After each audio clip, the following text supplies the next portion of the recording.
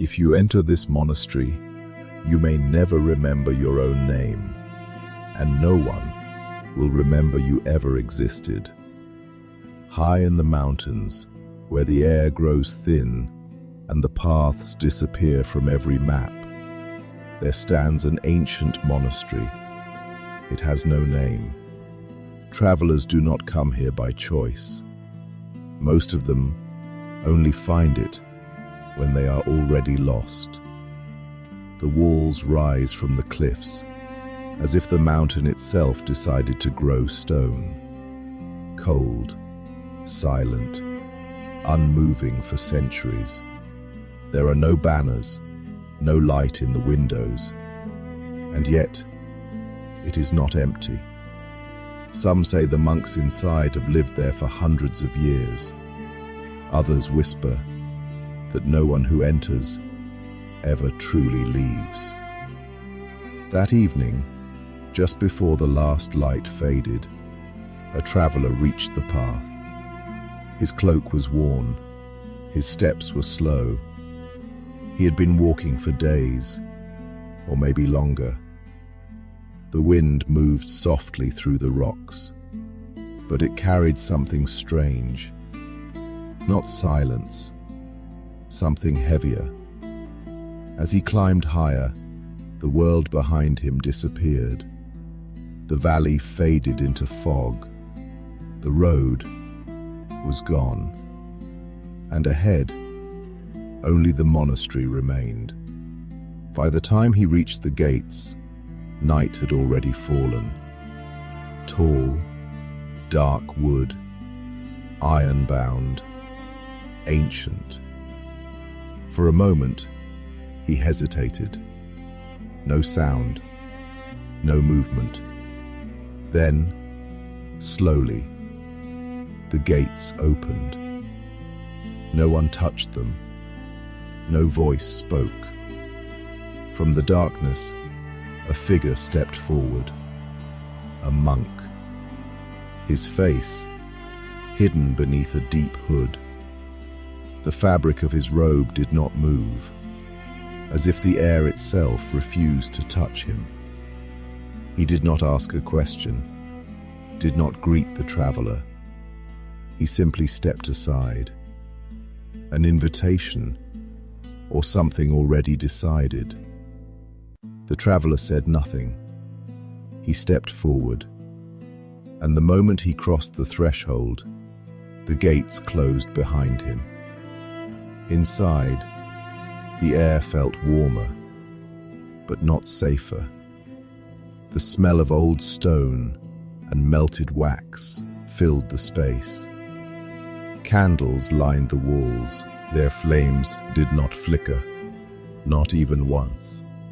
The corridors stretched endlessly, each one the same, silent, empty. The monk walked ahead. The traveler followed. Their footsteps echoed softly, as if the walls were listening.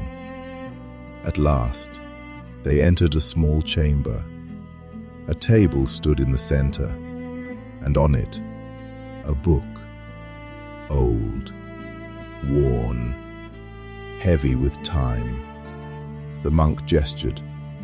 Nothing more. The traveler stepped closer, opened it. Names, hundreds of them, written carefully, one after another. But something was wrong. Many of them were gone. Not scratched, not torn, erased, as if they had never been meant to stay. He touched the page. The ink remained, but the name did not. He looked up. Why are they gone? The monk did not answer, not at first. Then, very quietly, because they no longer belong to themselves.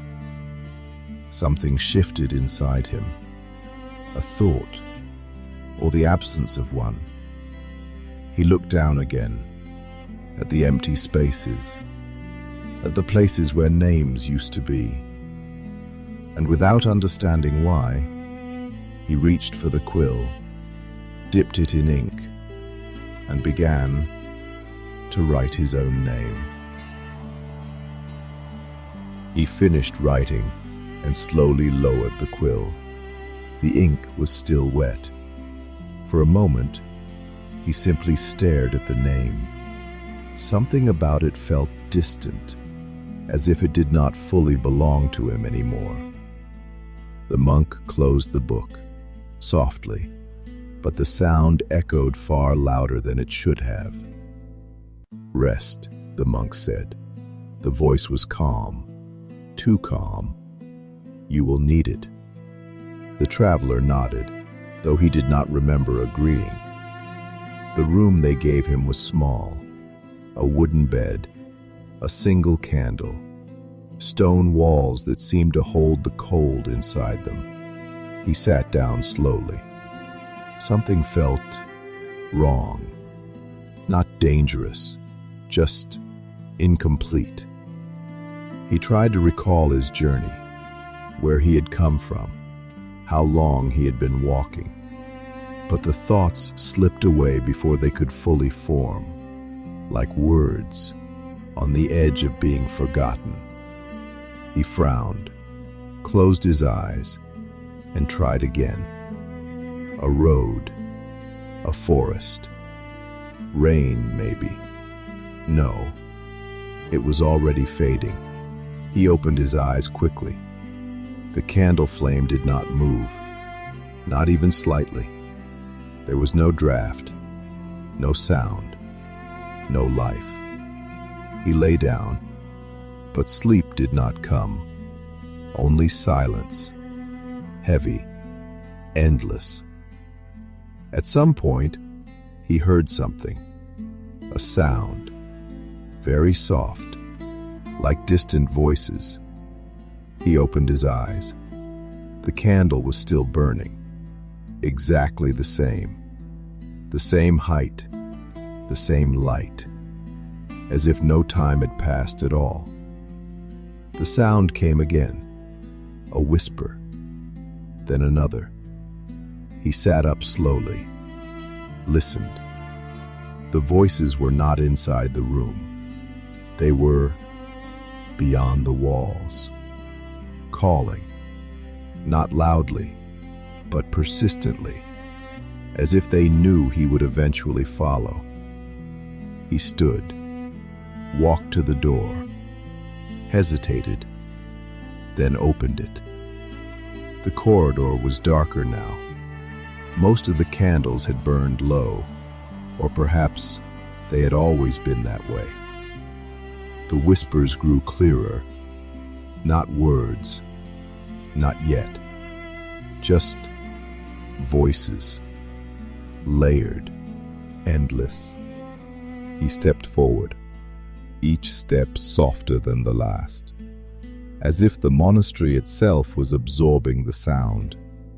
He turned a corner, and then he saw it, a faint light coming from beneath a door.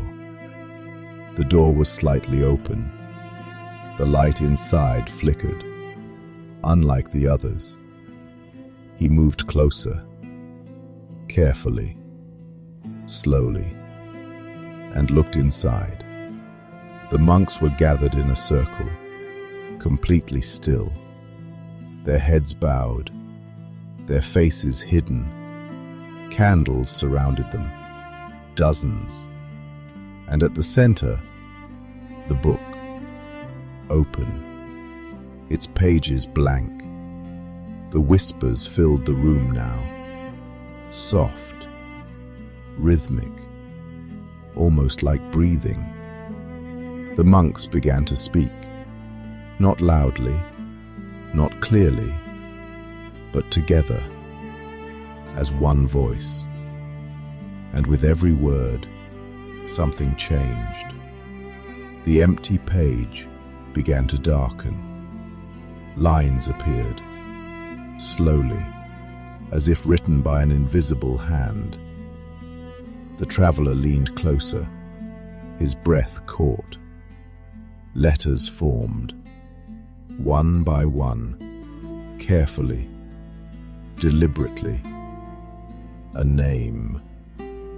He felt a strange pressure inside his chest, a pull, as if something was being taken, or moved, or remembered.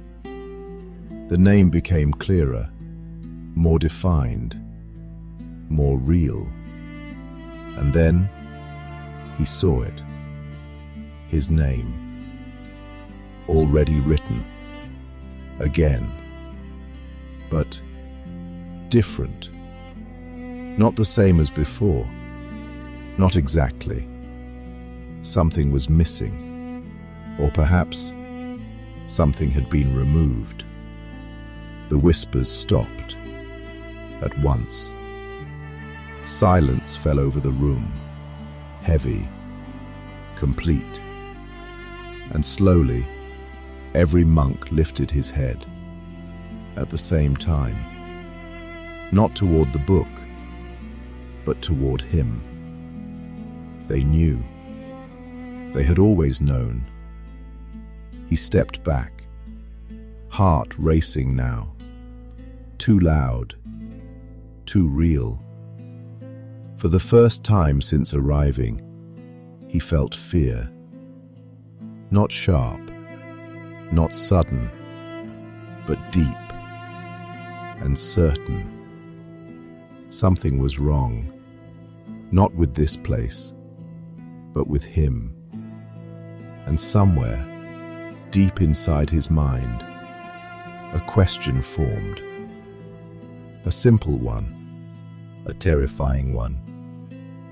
What was my name before I came here? He stepped back, but the monks did not move. They simply watched, silent, unblinking, as if they were not looking at him, but through him. He turned away, quickly now, too quickly.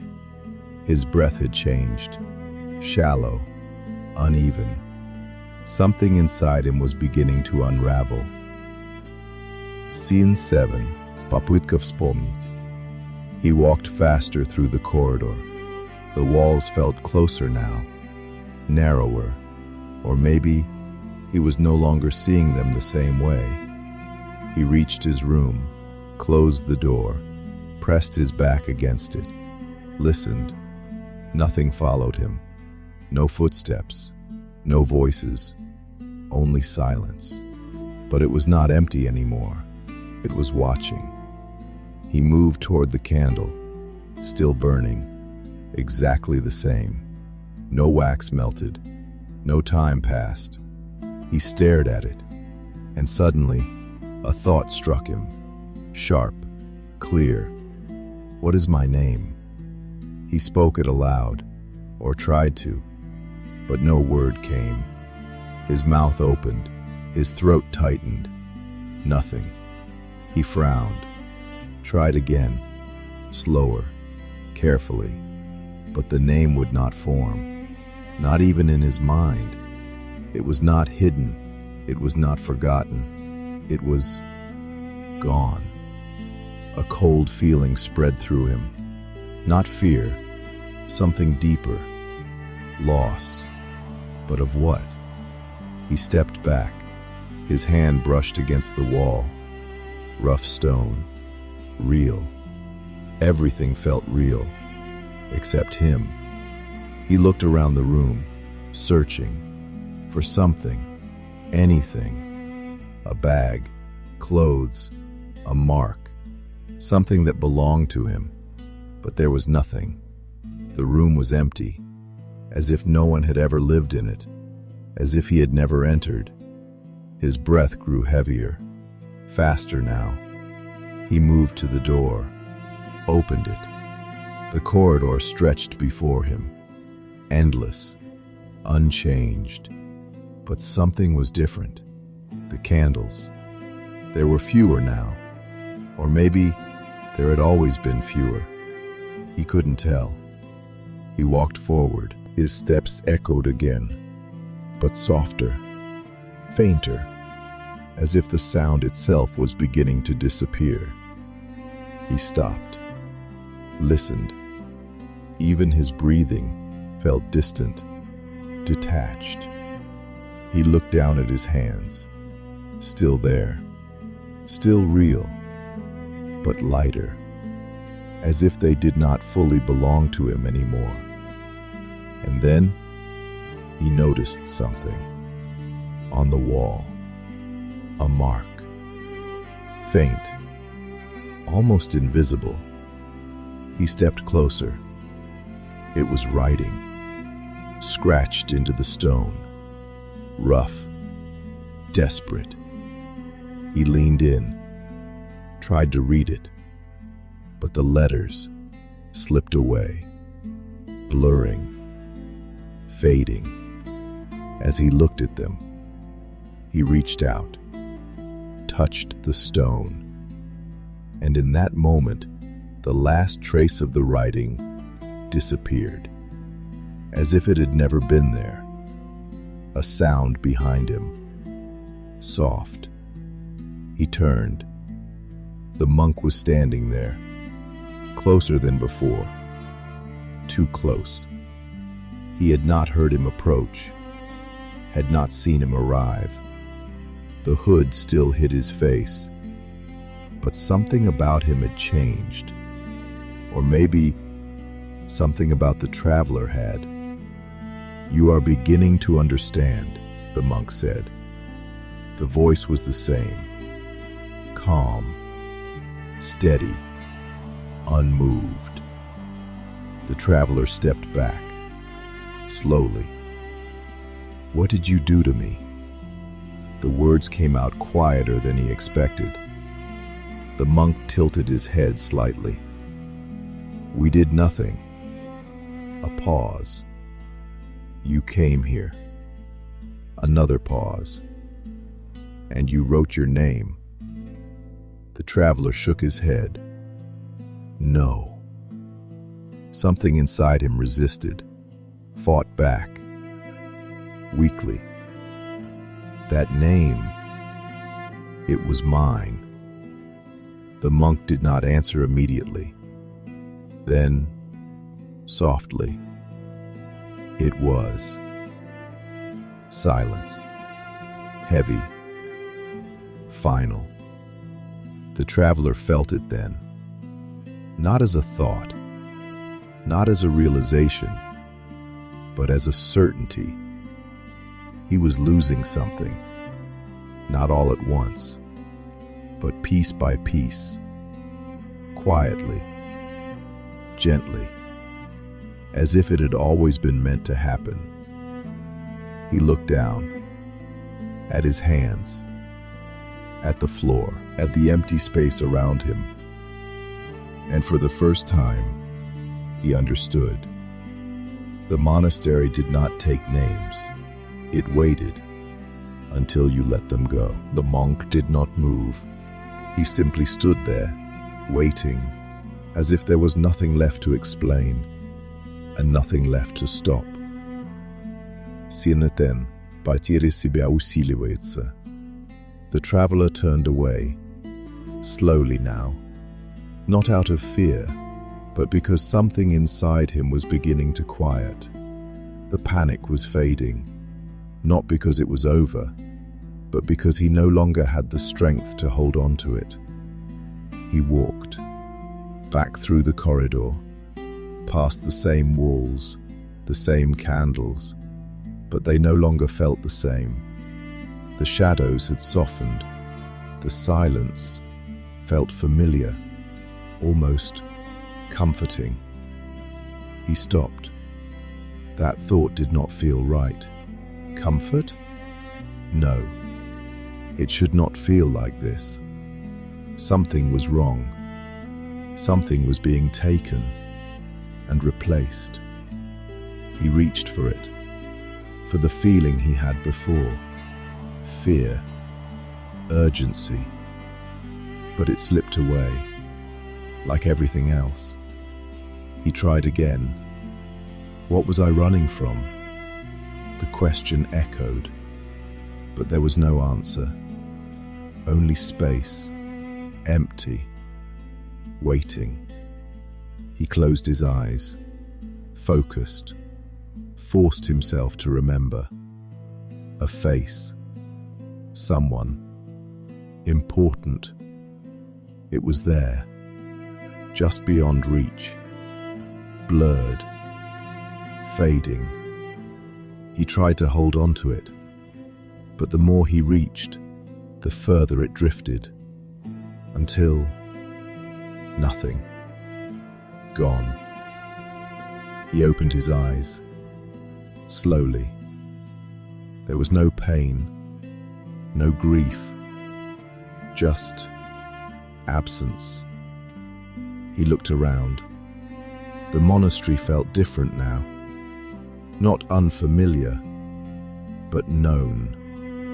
As if he had walked these halls many times before.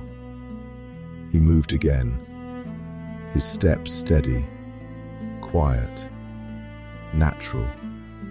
He passed a doorway, paused, turned. Inside, a room, just like his, but not empty. A figure sat on the bed, still, head lowered. He stepped closer, carefully, and then he saw the face. His breath caught. It was him, or someone who had been him. The same cloak, the same hands, but the eyes, empty, unfocused, like something had already been taken. The figure did not move, did not react, did not see him. The traveler stepped back. Something inside him should have broken, but it didn't, because there was less of him left to feel it. The corridor behind him shifted, not physically, but in feeling, like a memory rearranging itself. The monk was there again. Of course he was. He had never really left. "You see it now," the monk said. The traveler looked at him. Calm, too calm. "What happens next?" he asked. The question came easily, as if it no longer mattered. The monk stepped closer, slow, measured, as it always does. A pause. "You remain." The traveler frowned, not in confusion, but in effort, trying to understand a word that was losing its meaning. Remain. What does that mean? The monk tilted his head slightly. It means you no longer need a name. Silence. The words settled, deep, final. The traveler looked down at his hands again. They felt lighter now, less defined, as if the edges of him were beginning to fade. He tried to remember why that should matter, but the reason was gone. He looked back at the monk, and for the first time, he did not see a stranger. He saw something familiar, something inevitable, something patient. And somewhere, deep in the monastery, the book opened. A blank page waiting, not for a name, but for what remained. The air grew heavier, not colder, not darker, just heavier, as if the space itself was closing in. Scene 13. Осознание ловушки. The traveler stood still. No urge to run, no instinct to fight, only a quiet understanding beginning to take shape. This place was not changing him. It was revealing what had already begun. He looked at the monk, studied the stillness, the silence, the absence of everything that once made a person. And suddenly, he understood. They were like me. The words came slowly, as if spoken for the first time. The monk did not answer. He did not need to. They came here and forgot.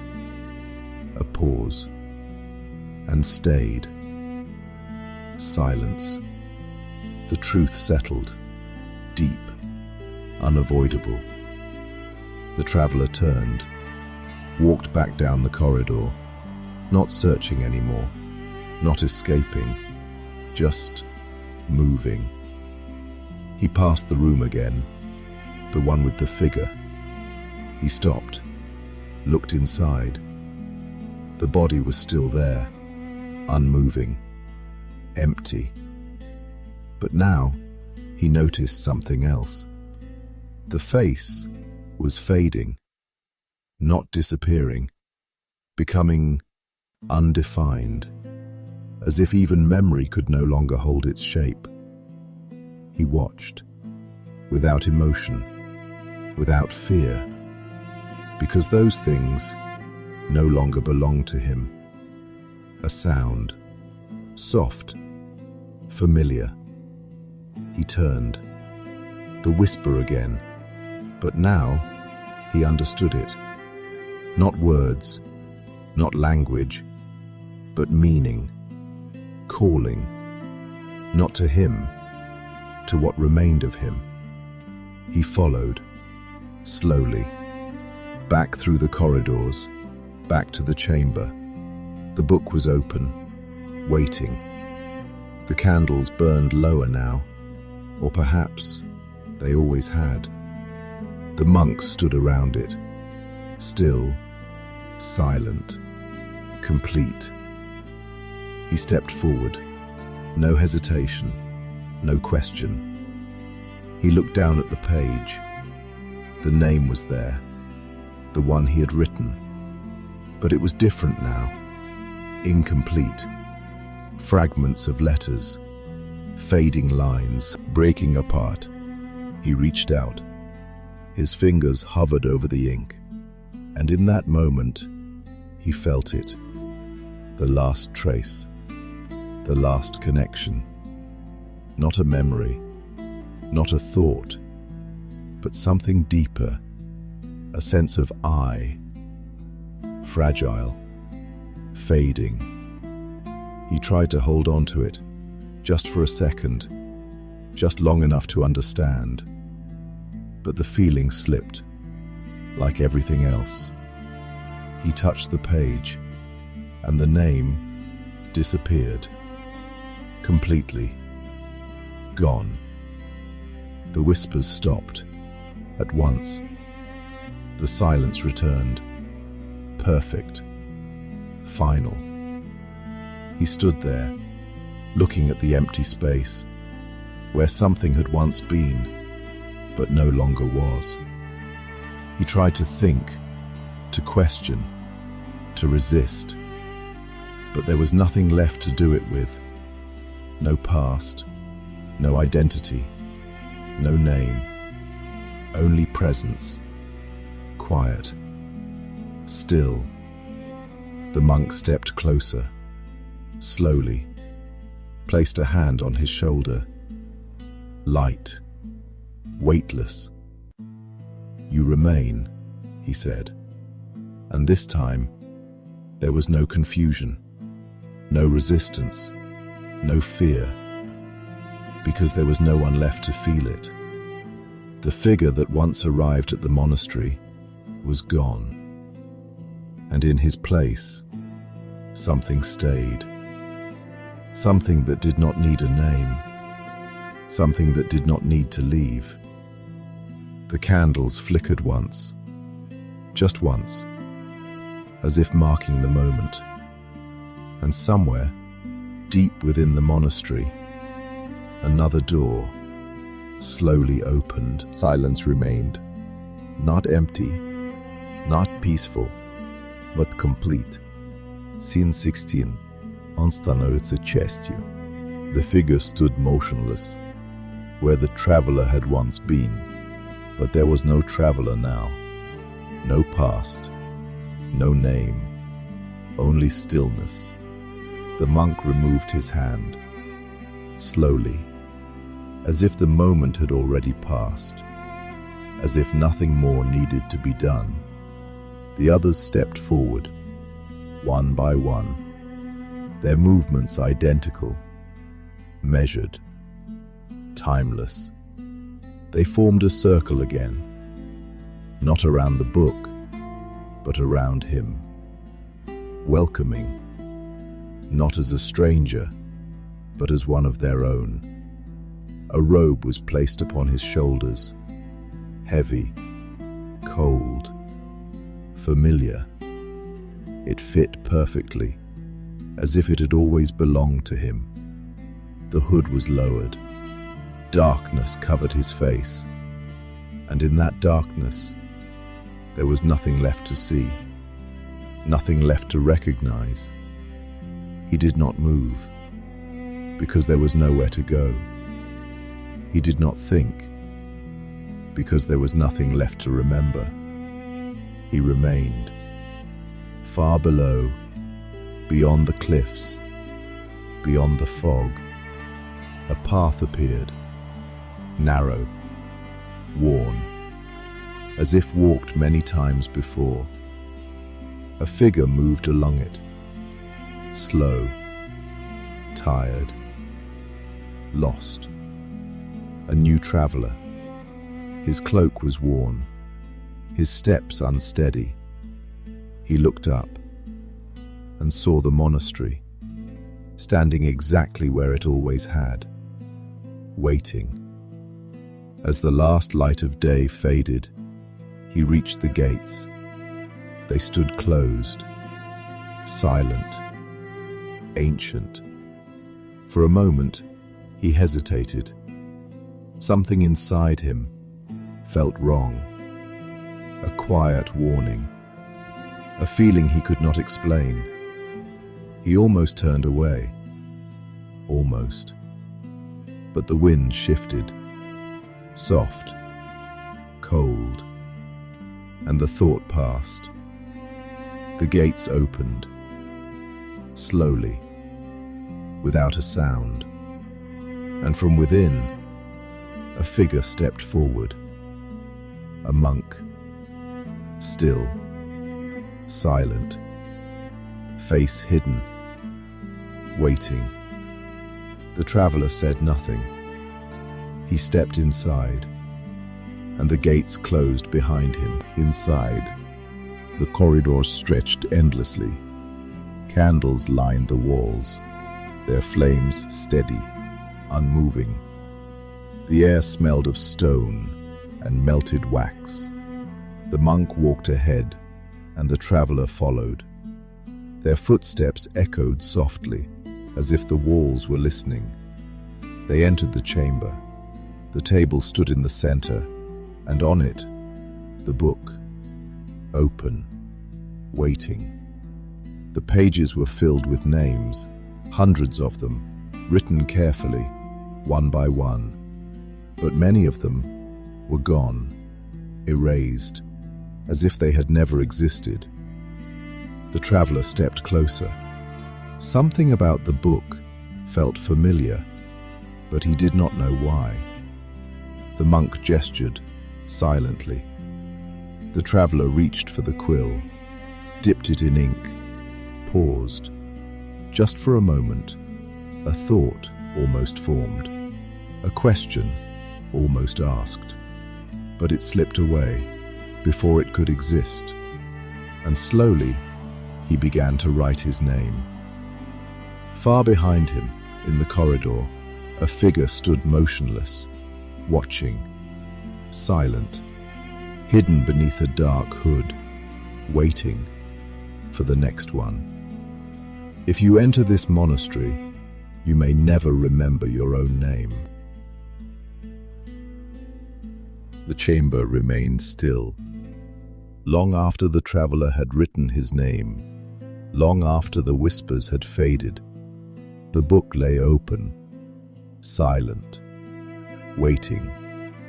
A slow movement, a hand, pale, unfamiliar, turned the page, carefully, gently, as if this moment had happened countless times before. The next page was not empty. It could never be.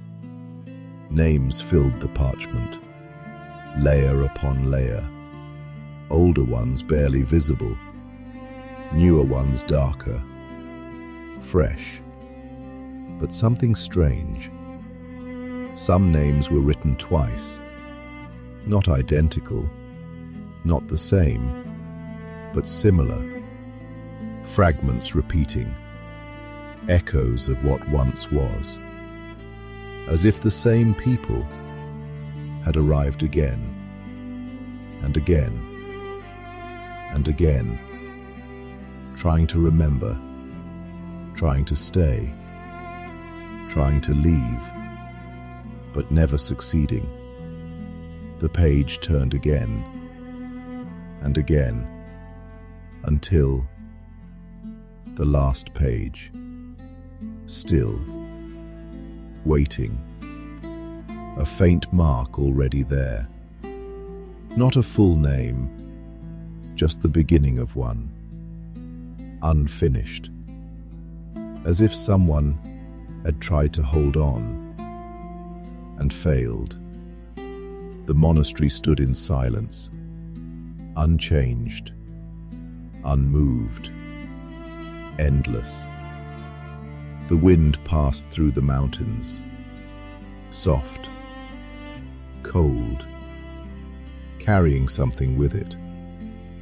Not a sound, not a voice, but a feeling. Far below, someone stopped on the path.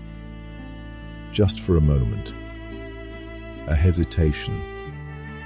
A thought that did not fully form. A warning that could not be understood. They looked up and saw the monastery, waiting, the same way it always had, the same way it always will.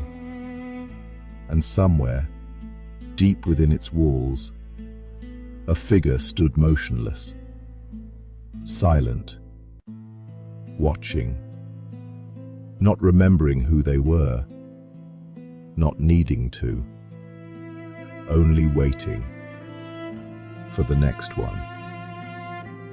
Some places are not lost, they are found, again and again and again.